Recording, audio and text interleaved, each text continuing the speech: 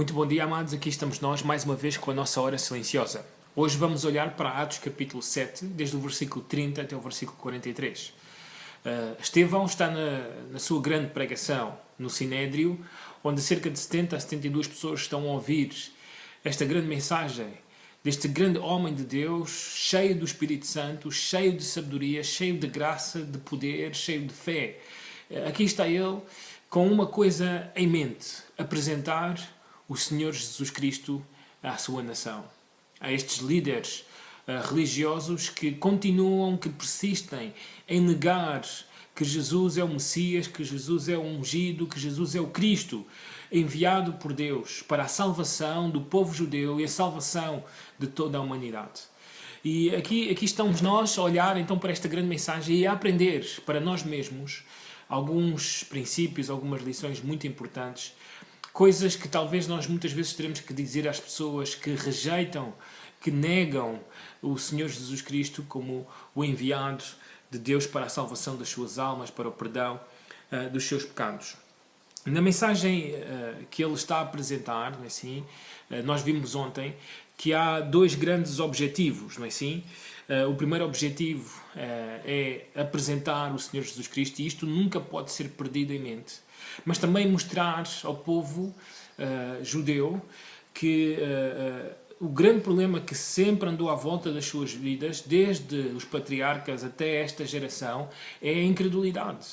É a forma como eles sempre reagiram à primeira vez à revelação de Deus, não é assim? Deus revelava algo e eles duvidavam, eles eram incrédulos, eles desconfiavam, não é assim? E isso foi notório desde Abraão até esta geração. É verdade que Abraão creu, é verdade que outros patriarcas creram, é verdade que muitos pais de Israel creram, não é assim? Mas é verdade também que a maioria foi descrente, a maioria não acreditou, mesmo vendo os sinais e os prodígios que Deus ia fazendo. Hoje, Estevão continua a mostrar todos os privilégios, todas as formas como Deus se foi revelando, como Deus foi mostrando o seu poder, o seu amor, a sua misericórdia, a sua graça para com eles, e eles, ainda assim, rejeitaram sempre a revelação de Deus. Então ele está, e neste momento, ele está a apresentar a história de Moisés, o encontro de Moisés com Deus. Ele realça que Moisés foi rejeitado numa primeira oportunidade e agora Deus envia-o de volta ao Egito para ser então o chefe e o libertador, com a assistência do anjo que nós sabemos que é o Cristo pré-encarnado, que apareceu na sarça, que guiou o povo, assim, que era a rocha que andava com eles no deserto, e então ele está a mostrar todas as coisas que foram acontecendo, prodígios, sinais na terra, no versículo 36, assim, como se abriu o mar vermelho, como durante 40 anos Deus andou com eles no deserto, assim, a forma como Deus revelou, deu a sua lei a Moisés, assim, através, mais uma vez, o anjo que falava com ele no Monte Sinai, assim, que deu palavras vivas para ele transmitir. E quando todas estas coisas estavam a acontecer, qual foi a reação do povo? Diz o versículo 39, não quiseram obedecer, antes o repeliram no seu coração, e ali voltaram para o Egito, no seu coração, assim, e trouxeram a idolatria de volta. E essa idolatria permaneceu por anos, e anos, e anos, e anos, na vida do povo, desde o deserto. É terrível, é incrível. Assim como, tendo tantas coisas da parte de Deus, ainda assim eles negaram e eles rejeitaram essa revelação, essa manifestação de Deus para com eles. Assim, e esta é a mensagem que Estevão quer transmitir. Agora, há coisas que eu e tu devemos considerar quando rejeitamos as mensagens de Deus, a vontade de Deus para as nossas vidas, e quando vemos que as pessoas rejeitam Jesus, a sua mensagem, o seu Evangelho, aquilo que Deus faz com tais pessoas, e também não podemos esquecer com crentes. Porque nós sabemos, pela leitura da carta de 1 Coríntios, que crentes, por zombarem, brincarem, negligenciarem, assim, a ceia do Senhor, as mensagens de Deus, a sabedoria de Deus, Deus matou-os. Assim, por isso Paulo diz, alguns já dormem, alguns estão doentes e alguns estão fracos. Assim, então esta é também uma mensagem para nós crentes, É muito importante. Há consequências enormes para aquele e para aquela que rejeita a revelação de Deus. Naquele tempo foi o Senhor Jesus, hoje é a sua palavra. A sua grande revelação para nós. E a forma como eu e tu lidamos com ela, assim, vai trazer consequências para a nossa vida. Em primeiro lugar, Deus ensina no texto que aquilo que aconteceu é que eles voltaram para a idolatria. Sabem, não há um ponto intermédio entre o bem e o mal. Assim, ou eu e tu estamos bem, ou eu e tu estamos mal. Assim, então, aquilo que o texto nos está a ensinar é que por rejeitar Deus, eu tenho que agarrar-me a outra coisa. E essa outra coisa será a idolatria. E foi exatamente o que o povo de Israel fez, não é assim, a partir dos versículos 40, não é? Quando pediram a Arão para fazer um bezerro de ouro para eles. Assim, e como eles adoraram os astros, adoraram o exército do céu, assim, fizeram um santuário de adoração a deuses falsos, que não existem, que são vãos. Assim, então foi isso exatamente que aconteceu, e é isso que acontece com todo aquele que rejeita o Senhor, rejeita a sua palavra, e não terá outra coisa que fazer senão colocar ídolos nesse lugar. Em segundo lugar, a segunda grande consequência é o abandono divino. Notem o versículo 42.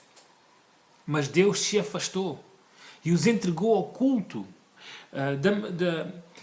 da milícia celestial. Então aquilo que está a acontecer e aquilo que vai acontecer é que se eu e tu rejeitamos o Senhor e a sua revelação, a sua vontade para nós, Deus abandona-nos. Assim como o Senhor abandonou o Senhor Jesus Cristo na cruz por ter todo o nosso pecado sobre ele, assim também Deus abandona todo aquele que se entrega ao pecado, que se entrega à idolatria. E sabem, não há pior consequência para o homem, não há pior consequência para o crente do que ser abandonado pelo Senhor. Que o Senhor deixar à mercê do pecado, à mercê de Satanás, à mercê deste mundo. Assim, então, uma das coisas que temos que ter em claro assim, é que a nossa vida não pode chegar a esse ponto em que somos abandonados por viver deliberadamente no pecado. Em terceiro lugar, é o cativeiro espiritual. Assim, nós sabemos, o povo de Israel, por causa do pecado, foi levado cativo para a Babilónia. Assim, Estevão vai citar a profecia de Amós, capítulo 5, do versículo 25 até o 27, onde Deus castigou o povo. Aqui Amós está a profetizar para o reino do norte que eles iriam ser levados cativos para a Síria, para Damasco. E é exatamente isso que acabou por acontecer, assim, e também acabou por acontecer com o reino do sul em relação à Babilónia. Então, todas essas coisas aconteceram por causa de entrega ao pecado, de substituir o Senhor por ídolos, por simplesmente rejeitar a vontade e a revelação de Deus para as nossas vidas. Cativeiro espiritual, nós, quando olhamos para este tempo da história do livro de Atos, nós sabemos que é exatamente o que vai acontecer com Jerusalém, com Israel. Assim, um pouco mais à frente na história, em Atos capítulo 11, profetas profetizam uma grande fome em Jerusalém. Em 1 Coríntios, o apóstolo Paulo incentiva a igreja de Corinto a mandar uma oferta para os pobres em Jerusalém. Estamos nos anos 50, 60, onde há grande fome e há grande pobreza no meio da nação. Além disso, no ano 70, Jerusalém é totalmente destruída. E estas são as consequências que vêm por causa do pecado, por causa da rejeição do Messias, rejeição de Cristo. E é o que acontece na vida de qualquer pessoa. Assim, quem não tem a vida, assim, terá então o ladrão que vem para matar, roubar e destruir. Também nós nos lembramos que isso aconteceu com Israel no tempo da Babilónia. Assim como eles foram totalmente destruídos. Porquê eu e tu quereríamos algo assim para as nossas vidas? Então o meu apelo esta manhã para todos os crentes que ouvem estas pequenas meditações, para todos os membros da nossa igreja, é que procurem a santidade de Deus, que procurem obedecer à palavra de Deus, que tenham em grande estima a revelação de Deus, que é a sua palavra. Levem a sério aquilo que o Senhor diz na sua palavra. Não brinquem, não zombem, não sejam negligentes, não andem no pecado deliberadamente, porque haverá grandes consequências terríveis para as vidas de todos aqueles que abandonam o Senhor. A minha oração então é que te voltes sempre para o Senhor cada dia da tua vida, que sejas devoto ao nosso grande Deus. Que Deus te abençoe e bom dia.